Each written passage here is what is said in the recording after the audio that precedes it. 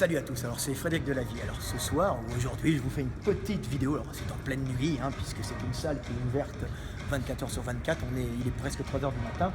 Petite vidéo pour vous montrer comment progresser en force aux épaules. Alors aux épaules quand on travaille sur des machines, bien sûr, et comment se placer au démarrage et comment bien se placer sur la machine. Alors quand on se place sur une machine, vous allez voir, il faut faire très attention parce que tout le monde n'a pas la même morphologie.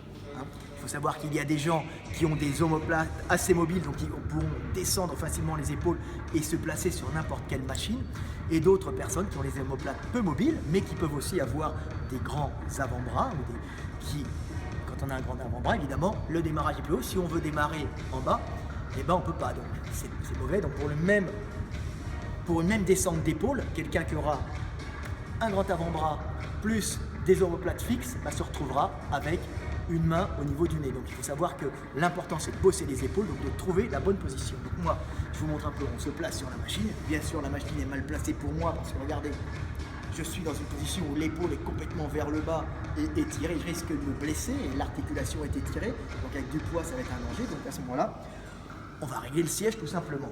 Et là, on va vous montrer comment progresser en force tout simplement en réglant le siège. Pas uniquement en chargeant les poids. Voilà, alors là, je descends à peu près le siège intermédiaire. Je me place, vous voyez, c'est parfait pour moi. Mes omoplates sont bien placées, mon dos est fixé. Je prends la prise et je monte. Là, vous voyez, la barre est à peu près au niveau de la poitrine.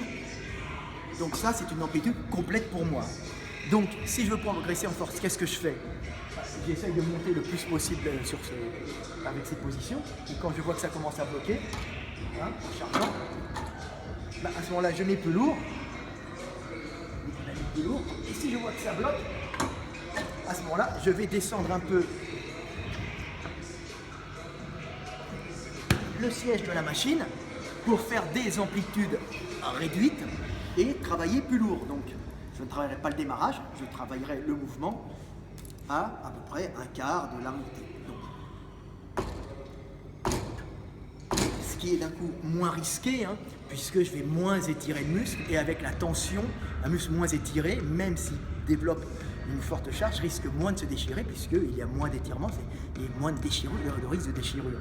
Donc, plus je monte en charge, c'est un exemple, parce qu'en réalité, je peux charger beaucoup plus. Plus je vais descendre le banc. Voilà. Donc je descends le banc. Je descends le siège tout en bas, ce qui fait que j'ai un mouvement qui est on va dire un demi-mouvement. Ce qui me permet de travailler sans risque d'étirement excessif et de déchirure, mais en même temps de m'habituer à pousser des poids lourds et surtout, comme je vous l'ai déjà expliqué pour prendre de la force, créer des relais nerveux, des automatismes plutôt, en créant justement des habitudes, donc des épaississements de synapses, au niveau des connexions synaptiques et entre neurones. Ce sont des réflexes conditionnés qui vous permettront d'éviter ce moment de flottement quand vous avez lourd et vous poussez. Et là, comme vous êtes habitué à pousser lourd, très lourd à ce niveau-là, vous allez avoir un mouvement sans flottement avec un relais nerveux qui va se faire d'un coup et vous allez pouvoir pousser beaucoup plus lourd. Donc, c'est une technique issue des techniques de powerlifter, bien sûr, mais qui peut être appliquée à beaucoup d'exos et qui vous permet de prendre de la force en toute sécurité, parce que si vous travaillez très lourd, bien sûr, sur des muscles très étirés, vous risquez la rupture. Donc voilà, on joue à ce moment-là en augmentant la charge et en baissant le siège. Et ça vous permettra de prendre de la force et aussi du volume. Voilà, il y a plein de techniques, mais celle-là, c'est une technique sympa pour prendre force et volume. Voilà, petite vidéo de Fred Delavier. À bientôt.